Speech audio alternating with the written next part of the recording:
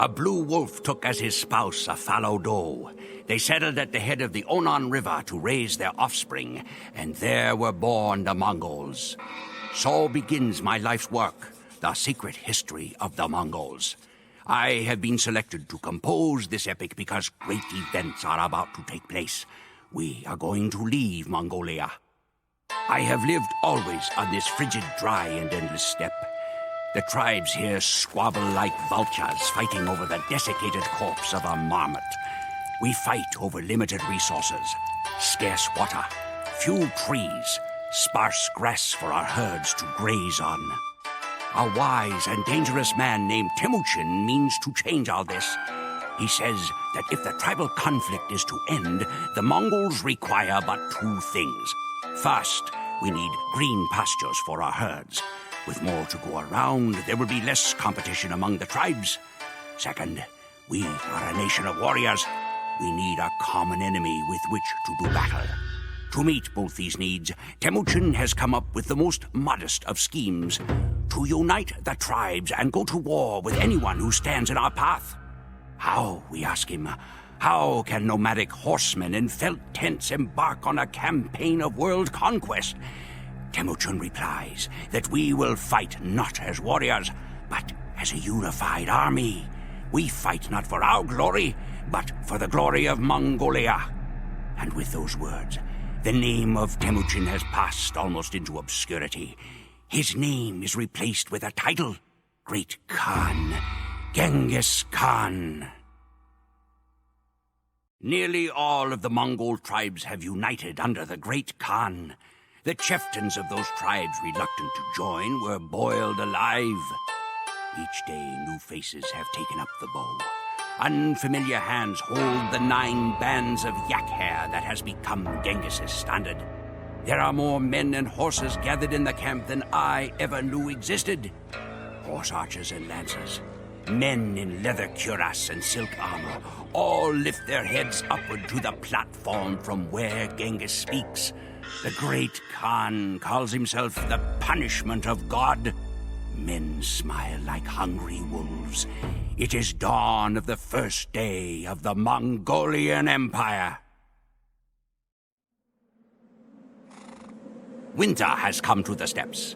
The earth is frozen hard as bone, and the only movement is steam rising from the nostrils of men and horses. Only the promise of battle brings warmth.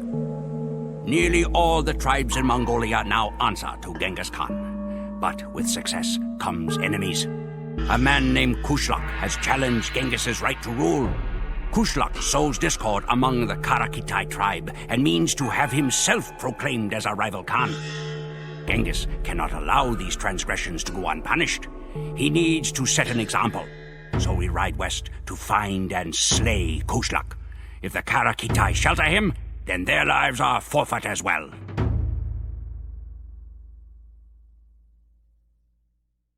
Genghis Khan knows that there are weapons aside from the lance and bow. He is a master of mental warfare. Just as he has made an example of Kushlak, he makes examples of enemy lands. When first we encounter a new adversary, the Great Khan spares no one. We ride to the closest town, slay every living thing, burn down the city, sow the fields with salt, and make a mountain of enemy skulls. After that, the other towns are quick to send forth their emissaries, eager to placate the ravenous Mongol hordes. Now all of Mongolia is in the grasp of Genghis Khan. Beyond are 2 vast empires, China to the east and Persia to the west. Persia is the sensible next choice of battle, since it separates us from the rich forage pastures in Europe. But first, Genghis Khan has another score to settle. After witnessing the power of our cavalry in action, the Chinese spoke of nothing but peace. They even promised support for our campaign westward. But now that we have turned away from China, they have decided not to deliver the men and arms they promised Genghis. It is time for another demonstration. Persia can wait as the horde wheels east once more, and we prepare to march into China, the largest, most advanced empire in the world.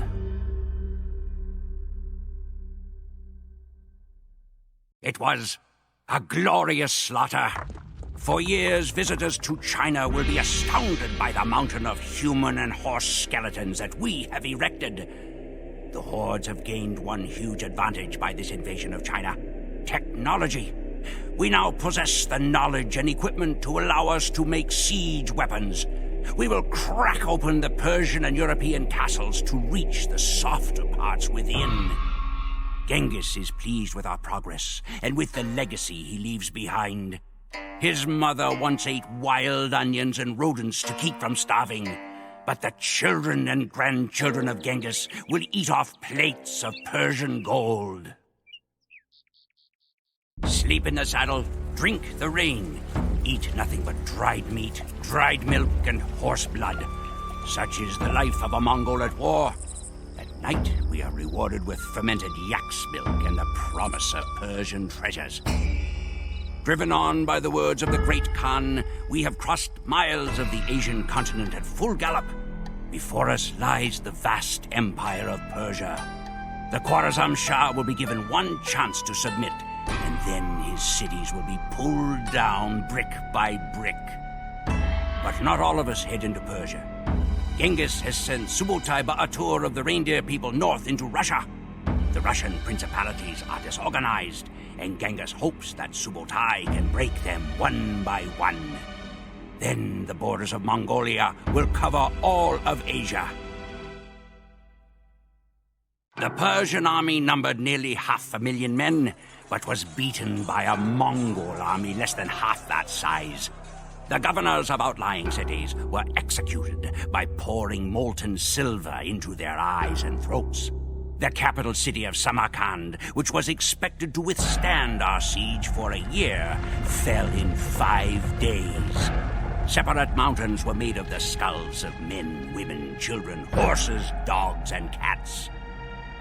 We roamed the streets in wonder at the opulence of the Persians, drinking at their fountains and gorging ourselves on sherbet and tropical fruit. For a man born in a tent, it seemed as if Genghis Khan had torn open the gates to heaven itself. Russia and Mesopotamia were now ours to command. The empire now stretched over 7,000 miles from the Pacific Ocean to the Black Sea. We were about to enter Europe when tragedy struck. Old wolves do not die gracefully. Warriors their entire lives, they do not know how to live when they grow old and their fangs fall out. Such it is with Mongols as well. Genghis Khan was now 80 years old. On the night when we knew that our glorious conquest was about to end, Genghis summoned his sons to his tent. They found their father shivering before a fire, delirious with pain. "My descendants will wear gold," he said. "They will eat the finest meats and ride the finest horses, and forget to whom they owe it all. A deed is not glorious until it is finished." And he refused to die until Ogatai, his third son, promised to continue the war. Ogatai emerged from the tent, carrying his father's bow, and declared, "This storm is not yet finished. I still hear the sound of lightning, and it strikes in Poland." Church bells rang in Europe when they saw our horde pouring out of the mountains. The armies of Bohemia and Germany hastened to Poland's defense. To them, our army might have been from the underworld itself, still commanded by the shade of the great Khan. European knights fight as individuals, but Mongols fight as part of a united army. Laden down with armor, the Polish and Germans could not catch our quick-footed horses. Time and again we fired flaming arrows at them, then retreated out of range. When the enemy cavalry pursued, we would lead them into an ambush. The ambush was always announced by the Nakara, a huge drum carried into battle on a camel. 100 times has the Nakara sounded on this day. We were ordered to cut off an ear for every victim. 9 sacks of ears were sent back to Ogatai Khan.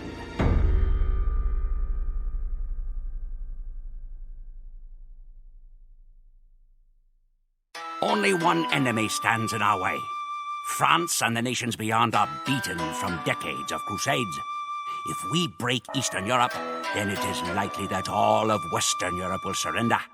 But to break the East, we must defeat Hungary.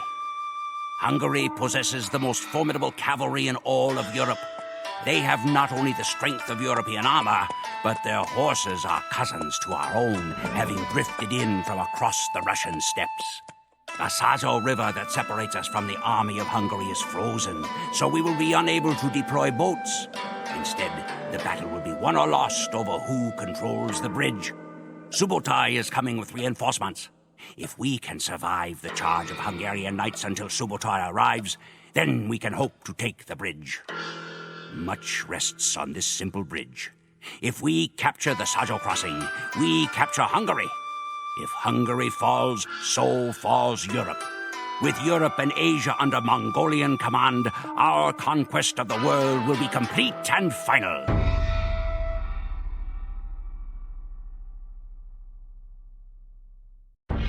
Nothing stands between us and the Atlantic Ocean.